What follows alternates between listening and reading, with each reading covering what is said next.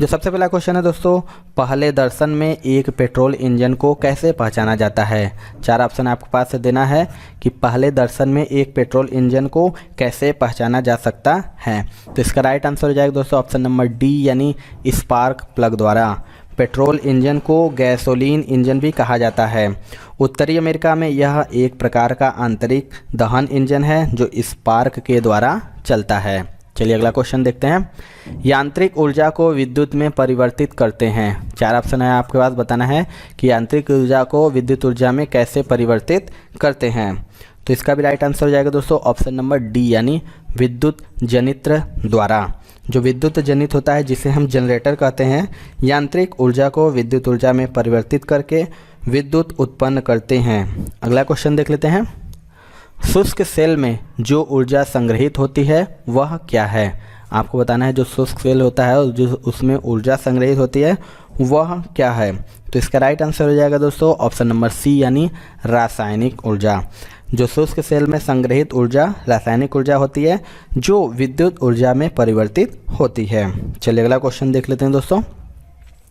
कार्य करने में मानव शरीर द्वारा प्रयुक्त ऊर्जा होती है, यानी जब कार्य करने में मानव शरीर द्वारा कौन सी ऊर्जा प्रयुक्त होती है। तो इसका राइट आंसर हो जाएगा दोस्तों ऑप्शन नंबर सी यानी रासायनिक ऊर्जा। मानव शरीर द्वारा कार्य करने हेतु प्रयुक्त ऊर्जा रासायनिक ऊर्जा होती है जो कार्बोहाइड्रेट, वसा एवं प्रोटीन के द्वारा प्राप्त होती है। चलिए अगला क्वेश्चन देख लेते हैं। जब एक वस्तु का वेग दोगुना हो जाता है तो इसका क्या हो जाता है। आपको बताना है जब एक वस्तु का वेग दोगुना हो जाता है तो क्या होता है। तो इसका राइट आंसर हो जाएगा ऑप्शन नंबर बी यानी संवेग दोगुना हो जाता है। जब एक वस्तु का वेग दोगुना हो जाता है तो संवेग भी दोगुना हो जाता है। चलिए अगला क्वेश्चन देख लेते हैं दोस्तों। दो असमान द्रव्यमानों की गतिज ऊर्जा समान है तब अधिक द्रव्यमान का आवेश क्या होगा। इसका राइट आंसर बात करें दोस्तों, इसका राइट आंसर हो जाएगा ऑप्शन नंबर बी यानी ज़्यादा होगा। चलिए अगला क्वेश्चन देख लेते हैं दोस्तों। जब हम रबर के गद्दे वाली सीट पर बैठते हैं अथवा जब गद्दे पर लेटते हैं तो उसका आकार परिवर्तित हो जाता है, ऐसे पदार्थ में पाई जाती है। इनमें से आपको बताना है कि जो रबड़ का गद्दा होता है अगर उसमें बैठते हैं या लेट जाते हैं तो परिवर्तन हो जाता है, तो ऐसे पदार्थ में क्या पाई जाती है। तो इसका राइट आंसर हो जाएगा दोस्तों ऑप्शन नंबर बी यानी स्थितिज ऊर्जा। जब हम रबर के गद्दे वाली सीट पर बैठते हैं अथवा जब गद्दे पर लेटते हैं तो उसका आकार परिवर्तित हो जाता है, ऐसे पदार्थ में स्थितिज ऊर्जा पाई जाती है। अगला क्वेश्चन देख लेते हैं दोस्तों। एक गोल आंतरिक कोना क्या कहलाता है। आपको बताना है कि एक गोल आंतरिक कोना इनमें से क्या कहलाता है। तो इसका राइट आंसर हो जाएगा दोस्तों ऑप्शन नंबर बी यानी फिलेट कहलाता है। जो एक गोल आंतरिक कोना होता है उसे फिलेट कहते हैं। चलिए अगला क्वेश्चन देख लेते हैं दोस्तों। रेल की पटरियों के नीचे चौड़े लकड़ी के पट्टे लगाए जाते हैं, क्यों। आप सभी लोगों ने देखा होगा कि रेल के पटरियों जो नीचे चौड़े लकड़ी के पट्टे जो लगाए जाते हैं वो क्यों लगाए जाते हैं। तो इसका जो राइट आंसर हो जाएगा दोस्तों ऑप्शन नंबर डी हो जाएगा, गाड़ी द्वारा उत्पन्न दबाव को कम करने के लिए। तो आप सभी जानते होंगे कि रेल के पटरियों के नीचे चौड़े लकड़ी के पट्टे जिसे स्लीपर भी कहते हैं लगाया जाता है, जिससे गाड़ी द्वारा उत्पन्न दबाव को कम किया जा सके। चलिए अगला क्वेश्चन देख लेते हैं। रेल पथ में फिश प्लेट का काम है। आपको बताना है कि जो रेल पथ है, ये सारे के सारे मोस्ट इंपॉर्टेंट क्वेश्चन है दोस्तों, स्पेशली रेल से संबंधित है, रेलवे से। तो आपको बताना है रेल पथ में फिश प्लेट का क्या काम है। तो इसका राइट आंसर हो जाएगा दोस्तों ऑप्शन नंबर ए यानी दोनों पटरियों को जोड़े रखना।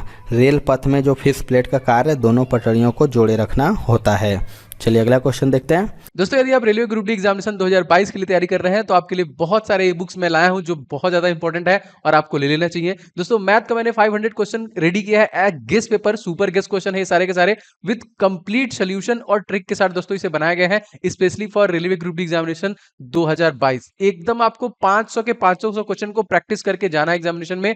इस ई बुक का लिंक आपको डिस्क्रिप्शन बॉक्स मिल जाएगा। इसी प्रकार से बहुत सारे साइंस का देखिए 1000 क्वेश्चन मैंने कवर किया है विद कंप्लीट सोल्यूशन, मतलब इसके डिटेल भी मिल जाएंगे जिसमें फिजिक्स, केमिस्ट्री, बायो के सभी क्वेश्चंस लिए गए हैं और पिछले 10 वर्षों में जो लगातार क्वेश्चन पूछे गए उन सभी को इस ई बुक में लिया गया है। साइंस के अलावा दोस्तों यहाँ पे स्टैटिक जीके के 2500 क्वेश्चन, ये भी आपका फुल डिटेल के साथ है। और जीके टॉपिक वाइज अगर आपको कवर करना चाहते हैं, जितने भी टॉपिक पूछे जाते हैं आपके जीके से, 70 से ज्यादा टॉपिक दोस्तों मैंने इसमें कवर किए हैं, तो आपको पूरा ऑल इन वन मिलने वाला है। तो निश्चित तौर पर दोस्तों ये सभी ई बुक आपके एग्जामिनेशन के लिए बहुत इंपॉर्टेंट है, तो आप जरूर से इसे ले लीजिए और प्रिपरेशन स्टार्ट कीजिए, जिससे कि आप एग्जामिनेशन में ज्यादा स्कोर कर पाए। सभी ई बुक का लिंक दोस्तों मैंने डिस्क्रिप्शन बॉक्स में डाल रखा है, फटाफट जाके वहां से ले लीजिए।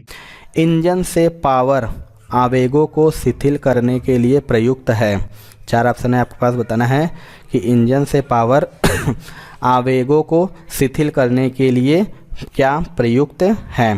तो इसका राइट आंसर हो जाएगा दोस्तों ऑप्शन नंबर ए यानी क्लच। जो इंजन से पावर आवेगों को शिथिल करने के लिए क्लच का प्रयोग करते हैं, क्योंकि यह गियर और गियर बॉक्स को इंजन से मुक्त कर देता है, जिससे शक्ति को कार्य में संपरिवर्तित नहीं कर पाता है। ये भी मोस्ट इंपॉर्टेंट क्वेश्चन है दोस्तों। अगला क्वेश्चन देख लेते हैं। एक रॉकेट और एक जेट इंजन भिन्न हैं क्योंकि, इनमें से बताना है कि एक रॉकेट और एक जेट इंजन इनमें से क्यों भिन्न है। तो इसका राइट आंसर हो जाएगा दोस्तों ऑप्शन नंबर ई है। उसका राइट आंसर जो हो जाएगा दोस्तों ऑप्शन नंबर ई, सी और डी। एक रॉकेट और जेट इंजन भिन्न क्यों हो, क्योंकि रॉकेट में ऑक्सीजन की आपूर्ति की व्यवस्था उसी में होती है, जबकि जेट हवा बाहर के वातावरण से प्राप्त करता है। और हो जाएगा रॉकेट किसी यान को अंतरिक्ष तक ले जाता है, जबकि जेट नहीं। ये नहीं होगा। अगला क्वेश्चन देख लेते हैं दोस्तों। निम्न में से किसमें नॉट का उपयोग किया जाता है। 4 ऑप्शन है आपके पास, बताना है कि इनमें से किसमें नॉट का उपयोग किया जाता है। तो इसका राइट आंसर हो जाएगा दोस्तों ऑप्शन नंबर सी यानी गति में। नॉट का उपयोग जलयानों की गति के मापन में होता है। चलिए अगला क्वेश्चन देख लेते हैं दोस्तों। पिंड का भार शून्य नहीं होगा। 4 ऑप्शन है आपके पास, बताना है कि पिंड का भार इनमें से कहाँ पर शून्य नहीं होगा। तो इसका राइट आंसर हो जाएगा दोस्तों ऑप्शन नंबर डी यानी किसी घर्षणहीन सतह पर किसी पिंड का भार शून्य नहीं होता है, क्योंकि पिंड के भार पर उसके घर्षण का फर्क नहीं होता। चलिए अगला क्वेश्चन देख लेते हैं दोस्तों। चंद्रमा की सतह से एक चट्टान को लाया जाता है तब क्या होगा। जब चंद्रमा की सतह से एक चट्टान को लाया जाता है तब क्या परिवर्तन होगा। तो इसका राइट आंसर हो जाएगा दोस्तों ऑप्शन नंबर बी यानी इसका भार परिवर्तित हो जाएगा, किंतु इसका द्रव्यमान परिवर्तन नहीं होगा। मोस्ट इंपॉर्टेंट है दोस्तों, अगर हम चंद्रमा की सतह से किसी पिंड को पृथ्वी पर लाने पर उसका भार चंद्रमा पर उसके भार का 6 गुना हो जाएगा, जबकि उसका द्रव्यमान अपरिवर्तित रहेगा, क्योंकि द्रव्यमान स्थिर निरपेक्ष होता है और पदार्थ का एक मौलिक गुण होता है। दोस्तों यदि आप रेलवे एग्जाम की तैयारी करना चाहते हैं दोस्तों, तो अनअकैडमी प्लेटफॉर्म पे आप अनअकैडमी प्लस ले सकते हैं 20% डिस्काउंट। जी हाँ दोस्तों, जो 25 से 28 अप्रैल के बीच में ही आपको लेना है। इसमें देखिए एक ऑफर चल रहा है जिसमें आप कोड इस्तेमाल करते हैं, अगर मेरा OJ10 इस कोड का इस्तेमाल करते ही आपको पूरे कैटेगरी में किसी भी रेलवे SSC आप किसी भी कैटेगरी में लेते हैं तो आपको 20% का डिस्काउंट मिल जाएगा, जो कि बहुत ही लिमिटेड टाइम के लिए है। तो आप बिल्कुल भी देरी ना करें एंड फटाफट दोस्तों आप ले लीजिए, जिससे कि आप अपनी कंप्लीट प्रिपरेशन को कर सकते हैं। आपको वहाँ पे लगातार डाउट क्लियरिंग सेशन मिलते हैं, आप रेज हैंड के फीचर का इस्तेमाल कर सकते हैं, प्लस के थ्रू डायरेक्ट एजुकेटर से बात कर सकते हैं एंड बहुत सारे बेनिफिट आपको मिल जाएंगे। तो बिल्कुल भी देरी आपको नहीं करना है और कोड इस्तेमाल करना है दोस्तों OJ10। इस कूपन कोड के इस्तेमाल करते ही आपको 20% का डिस्काउंट अनअकैडमी प्लेटफॉर्म पे मिल जाएगा। और पूरे अनअकैडमी प्लेटफॉर्म पे रेलवे SSC इन सभी कैटेगरीज में, बैंकिंग सभी कैटेगरीज में आपको 20% का डिस्काउंट मिल जाएगा। तो बिल्कुल लिमिटेड पीरियड के लिए है, फटाफट आप लोग सब्सक्रिप्शन ले लीजिए। बादलों की दिशा एवं गति को मापने वाला यंत्र कहलाता है। 4 ऑप्शन है आपके पास, बताना है कि बादलों की दिशा और गति को मापने वाला यंत्र क्या कहलाता है। तो इसका राइट आंसर हो जाएगा दोस्तों ऑप्शन नंबर सी यानी नेफोस्कोप। एनीमोमीटर, अगर हम बात करें एनीमोमीटर की दोस्तों, तो इससे हवा की शक्ति तथा गति, और रेन गेज की बात करें दोस्तों तो वर्षा की मात्रा, और नेफोस्कोप से बादलों की दिशा एवं गति, और हाइग्रोमीटर से हम आर्द्रता का मापन किया जाता है। अगला क्वेश्चन देख लेते हैं। अल्टीमीटर से क्या नापते हैं। 4 ऑप्शन है, मोस्ट इंपॉर्टेंट ये भी है दोस्तों। आपको बताना है कि अल्टीमीटर होता है उससे इनमें से क्या मापते हैं।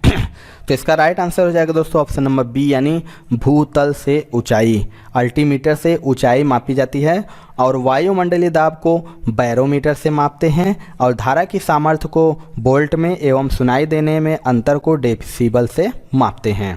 अगला क्वेश्चन देख लेते हैं दोस्तों। एक लिफ्ट में किसी व्यक्ति का प्रत्यक्ष भार वास्तविक भार से कम होता है जब लिफ्ट जा रही हो। आपको बताना है लिफ्ट में मैक्सिमम लोग बैठे होंगे, तो एक लिफ्ट में किसी व्यक्ति का प्रत्यक्ष भार वास्तविक भार से कम होता है जब लिफ्ट जा रही हो। तो इसका राइट आंसर हो जाएगा दोस्तों ऑप्शन नंबर बी यानी त्वरण के साथ नीचे। ये भी मोस्ट इंपॉर्टेंट दोस्तों, मैक्सिमम क्वेश्चन में मोस्ट इंपॉर्टेंट है। तो आपको बता दें कि जब लिफ्ट त्वरित गति से नीचे की ओर जा रही हो तो लिफ्ट में स्थित किसी व्यक्ति का प्रत्यक्ष भार उसके वास्तविक भार से कम होता है। अगला क्वेश्चन देख लेते हैं। मनुष्य लिफ्ट में कब अपना भार महसूस करता है? 4 ऑप्शन है, ये भी मोस्ट इंपॉर्टेंट क्वेश्चन है दोस्तों। बताना है कि मनुष्य लिफ्ट में अपना भार कब महसूस करता है। तो इसका राइट आंसर हो जाएगा ऑप्शन नंबर ए यानी त्वरण के साथ ऊपर जाते समय। यानी जब मनुष्य लिफ्ट में त्वरण के साथ ऊपर जाते समय अपना भार महसूस करता है। जब लिफ्ट एक समान वेग से ऊपर या नीचे गति करती है तो लिफ्ट में स्थित पिंड के भार में कोई परिवर्तन नहीं महसूस होता है। चलिए अगला क्वेश्चन देख लेते हैं। पृथ्वी से चंद्रमा पर जाकर वापस लौटने पर अंतरिक्ष यान के रॉकेट को किसके विरुद्ध कार्य करने के लिए अधिकतम ऊर्जा की आवश्यकता होगी? 4 ऑप्शन है आपके पास। बताना है कि जो पृथ्वी से चंद्रमा पर जाकर वापस लौटने पर अंतरिक्ष यान के रॉकेट को किसके विरुद्ध कार्य करने के लिए अधिकतम ऊर्जा की आवश्यकता होगी? तो इसका राइट आंसर हो जाएगा दोस्तों ऑप्शन नंबर बी यानी उड़ान शुरू करते समय पृथ्वी का गुरुत्व यानी पृथ्वी पर पलायन वेग का मान 11.2 किमी प्रति सेकेंड होता है। अंतरिक्ष यान को यह वेग प्रदान करने के लिए अत्यधिक ऊर्जा की आवश्यकता होती है। यही कारण है कि अंतरिक्ष यान में कई चरणों वाले रॉकेटों का प्रयोग किया जाता है। अगला क्वेश्चन देख लेते हैं। शरीर का वजन, बॉडी का वेट, आपको इनमें से बताना है कि इसका राइट आंसर क्या होगा। तो इसका राइट आंसर हो जाएगा दोस्तों ऑप्शन नंबर बी यानी शरीर का वजन जो होता है वो ध्रुवों पर अधिकतम होता है। चलिए अगला क्वेश्चन देखते हैं। चंद्रमा पर वायुमंडल नहीं पाए जाने का कारण क्या है? मोस्ट इंपॉर्टेंट ये भी क्वेश्चन है दोस्तों। जो चंद्रमा पर वायुमंडल नहीं पाए जाने का कारण क्या है? तो इसका राइट आंसर हो जाएगा दोस्तों ऑप्शन नंबर ए यानी गुरुत्वाकर्षण बल की अधिक क्षीणता के कारण चंद्रमा पर वायुमंडल नहीं पाए जाते हैं। और इसका कार्य एक है कि वायुमंडलीय गैसों का वेग चंद्रमा पर पलायन वेग से अधिक होता है जिससे गैसें पलायन कर जाती हैं। चलिए अगला क्वेश्चन देख लेते हैं दोस्तों। एक शिकारी वृक्ष पर लटके एक बंदर के सिर को लक्ष्य करके गोली चलाता है। गोली चलने के ठीक समय बंदर कूद जाता है। वैसी दशा में गोली क्या होगा? इनमें से आपको बताना है कि इसका राइट आंसर क्या होगा। तो इसका जो राइट आंसर हो जाएगा दोस्तों ऑप्शन नंबर ए यानी बंदर के सिर में छेद कर देगी। आपको बता दें जब गोली बंदर के सिर में छेद कर देगी, क्योंकि गोली छूटने के पश्चात गोली एवं बंदर दोनों समान ऊर्ध्वाधर त्वरण जी कार्य करता है। अगला क्वेश्चन देखते हैं। एक ट्रक तथा एक कार समान गतिज ऊर्जा के साथ गतिशील है। उन्हें रोकने के लिए अगर समान बल प्रयुक्त किया जाता है तो क्या होगा? इनमें से आपको बताना है कि ट्रक तथा कार समान गतिज ऊर्जा के साथ आगे बढ़ते हैं तो उन्हें रोकने के लिए अगर समान बल प्रयोग किया जाए तो क्या होगा?